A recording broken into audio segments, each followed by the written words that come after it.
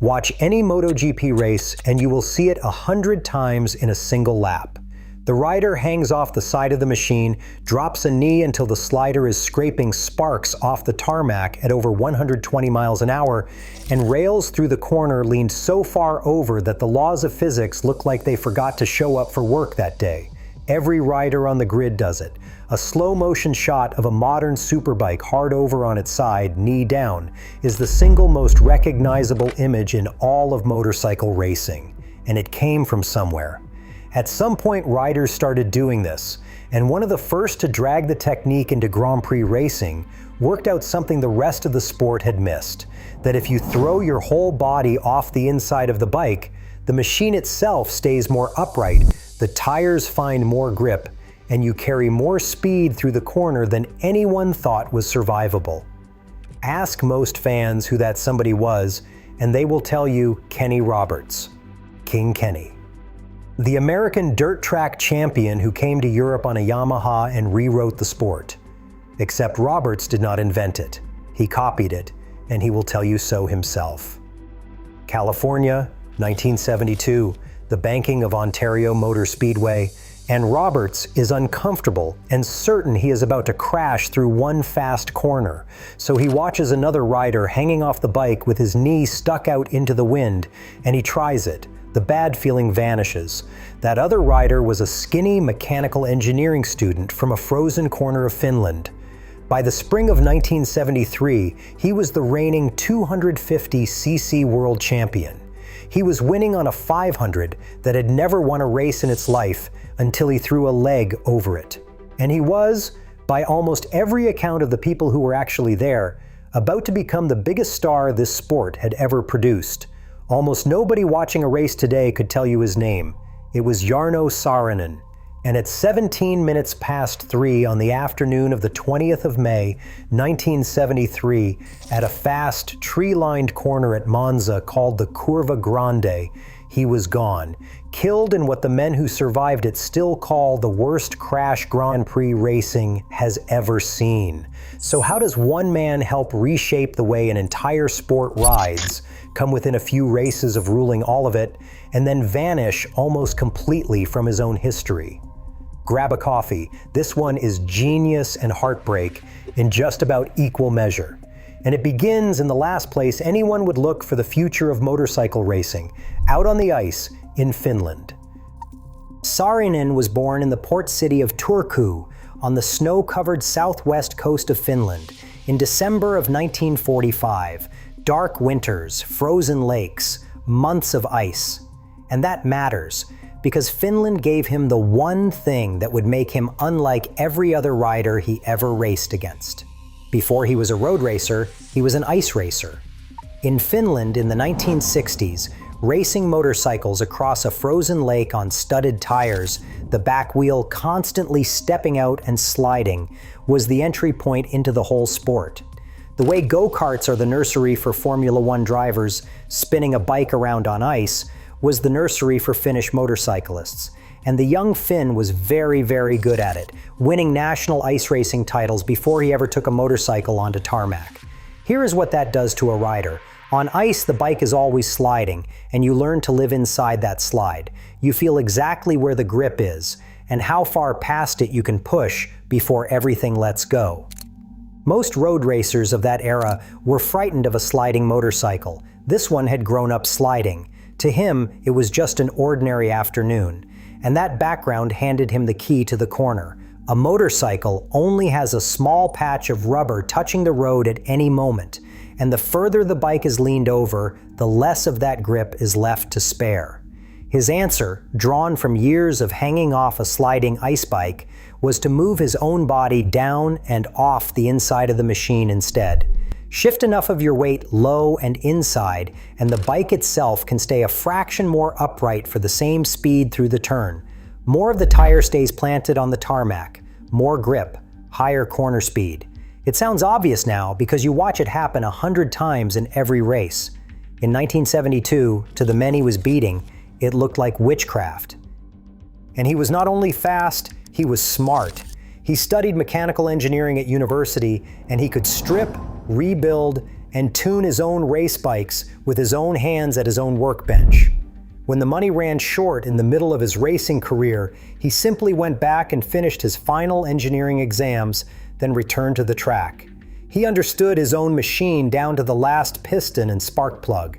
Put those two things together, an ice racer's feel for a sliding bike and an engineer's brain for how the thing actually works, and you get something the Grand Prix paddock had never quite seen.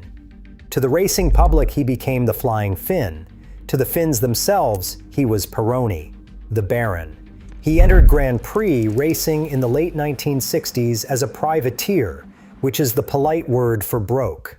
No factory paycheck, no truck full of spare engines, just a young man and a small motorcycle turning up to race against teams with real money.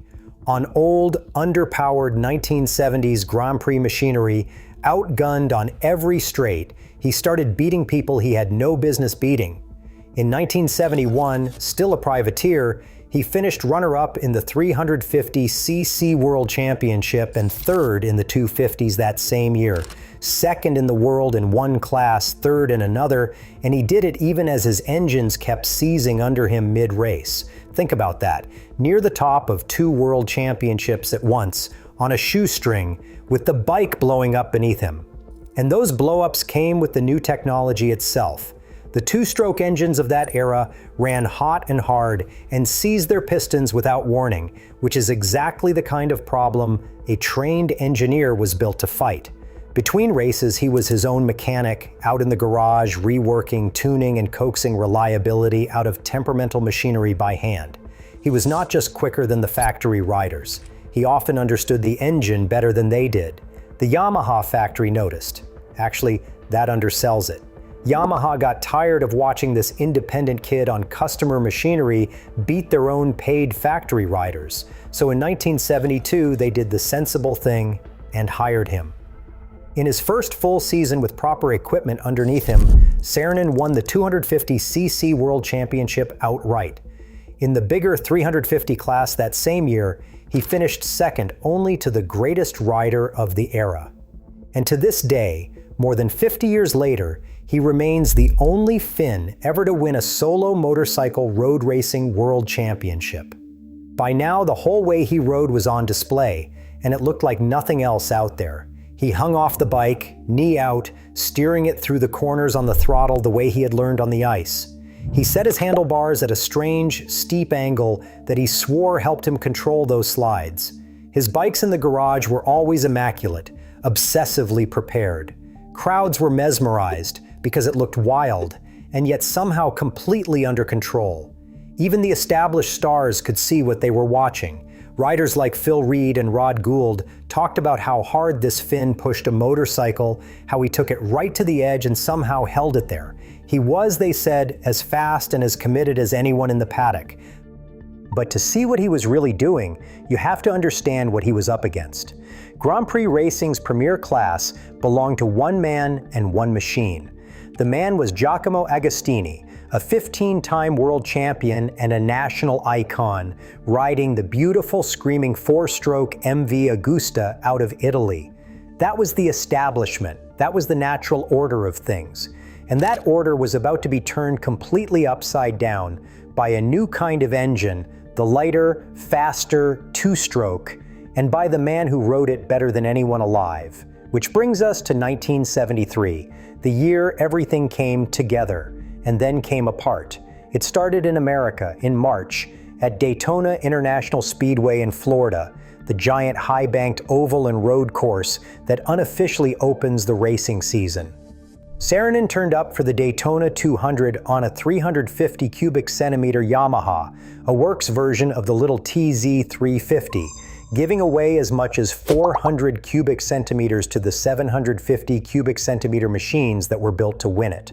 On paper, he should not have been anywhere near the front. He won the whole thing, beat all of them, and in doing so, became the first European rider ever to win the Daytona 200.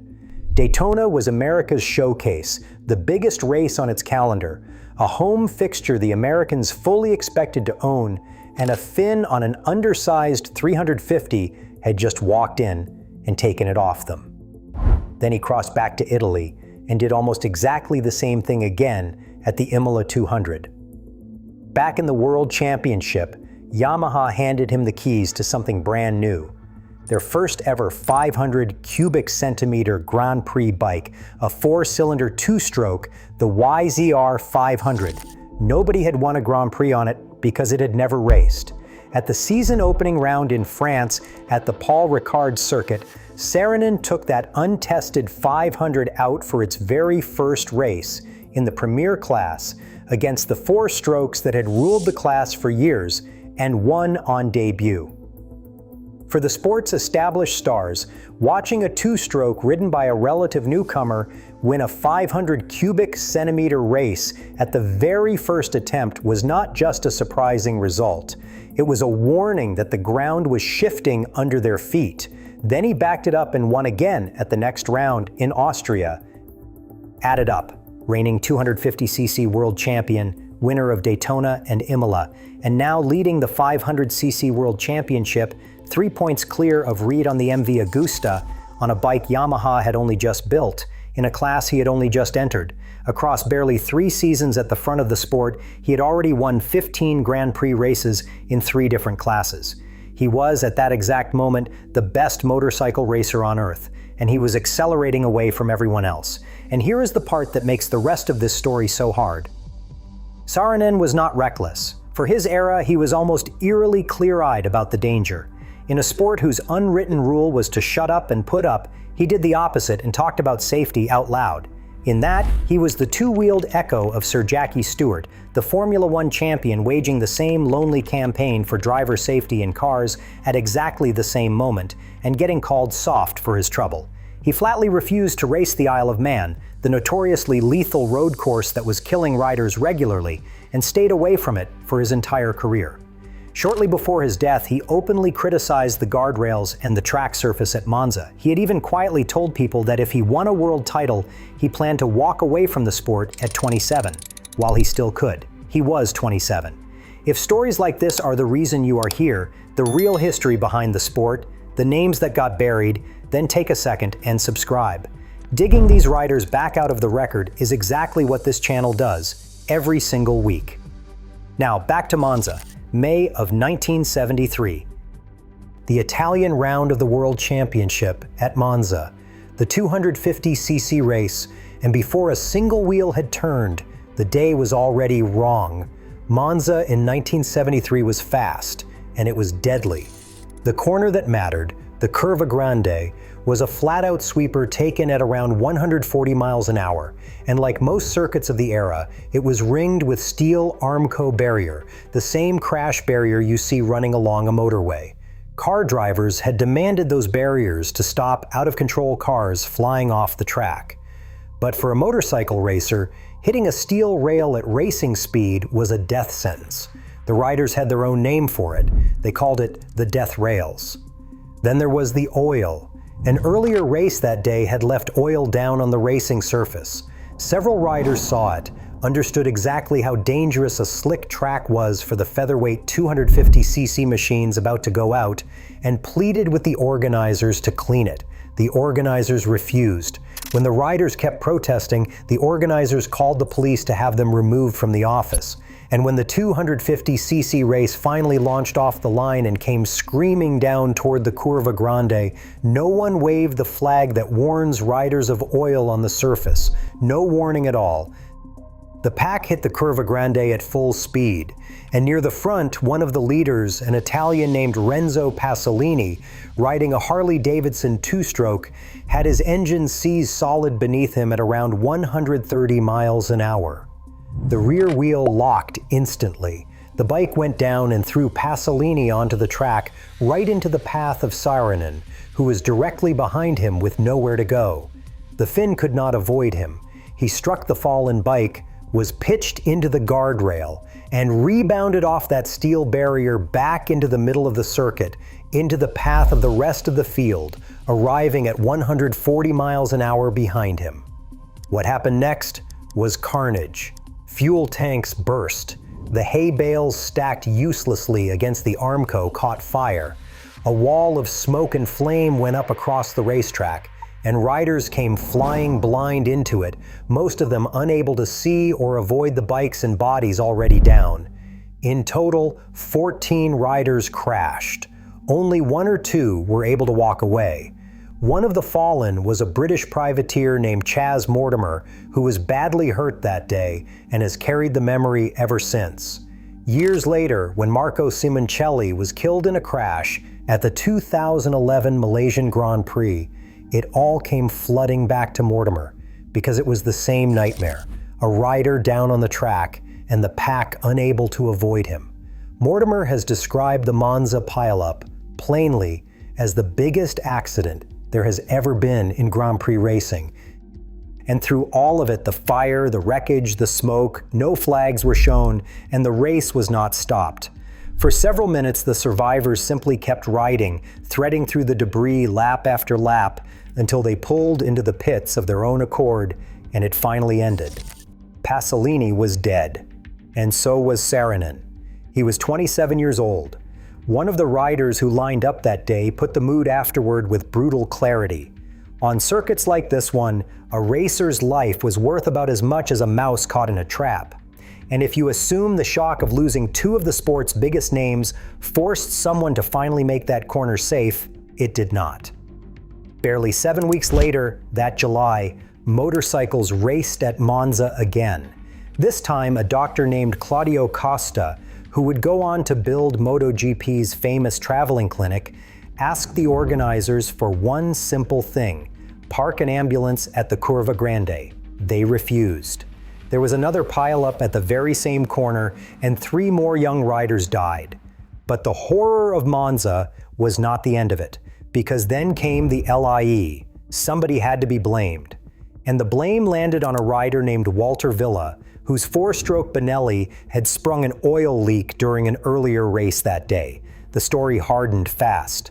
Villa's oil put the slick on the track. Villa's oil killed Saarinen and Pasolini.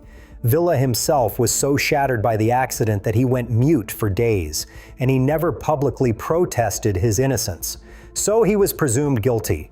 He carried that blame to his grave in 2002, never forgiven by some of the people closest to Saarinen, except it was not true.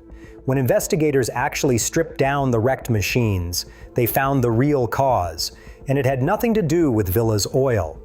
Pasolini's Harley-Davidson had seized its right side piston. The engine had effectively grabbed itself solid and locked the rear wheel, and the culprit was the bike's own crude, rudimentary cooling system. It was a mechanical failure on Pasolini's machine, full stop. And here is the part that should make your blood run cold. Those findings, the ones that cleared an innocent man, were never properly made public. They were quietly buried. The truth about what really happened at the Curva Grande stayed hidden for 20 years, until an Italian motorcycle magazine finally dug it up and published it in 1993, long after Villa had already spent 2 decades wearing the blame for a death that was not his fault. The fallout reshaped the sport. Yamaha, gutted, withdrew its factory team for the rest of the 1973 season, and that quietly changed the history books too. Saarinen had been on course to become the first man ever to win the 500cc World Championship on a 2-stroke. His death put that milestone off for 2 more years, and the ripples ran much further than one title. Racing historians still argue over the what-ifs. If the Finn had lived and kept winning on the faster 2-stroke, would the 4-stroke MV Augusta and its riders have gone on collecting championships through the mid-1970s at all? Would a young British rider named Barry Sheene have grown into the household name superstar he became? Would Roberts himself have crossed the Atlantic to race in Europe exactly when he did? Nobody can answer any of it. But there is no doubt that losing a rider that good, at the very peak of his powers, changed the course of Grand Prix racing for the rest of the decade. And still, the barriers stayed up. 4 years later, at the Salzburg Ring in Austria, another pileup against the same Armco barriers killed again. That was the sport in the 1970s. Safety improvements only ever came after riders had already paid for them with their lives. But the loss of Saarinen, more than almost any other, was the one that made riders finally understand the truth, that to the men running the circuits, they were expendable, and that if anything was ever going to change, they would have to force it themselves. So that is the tragedy, but it is not quite the ending, because the strange thing about Saarinen is that even though the sport almost forgot the man, it never once stopped using what he left behind. Look again at that modern MotoGP rider, hanging off the bike, knee dragging sparks through the corner. Every rider on that grid, in every race, is hanging off the machine the way the Finn did back in 1972. He was one of the first to ride like that, and the rider Roberts copied and then carried around the world. What once looked like witchcraft did not die at Monza.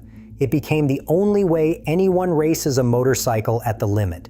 He did more than win races. He helped rewrite the physical technique of the entire sport.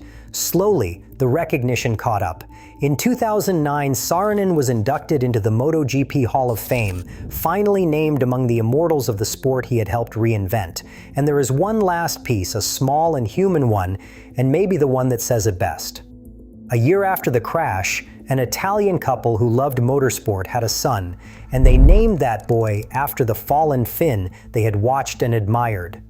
That boy, Jarno Trulli, grew up to become a Formula One driver in his own right and won the Monaco Grand Prix in 2004. Half a century on, a name most motorcycle fans have never heard is still being carried by that driver, whose parents watched the Finn race and never forgot him. He was the greatest rider almost no one talks about. Now you know his name. If you want another one, the history books tried to erase. The man who rode 150 miles an hour lying flat on his back, wearing nothing but a swimsuit, is right here. Go watch that one next.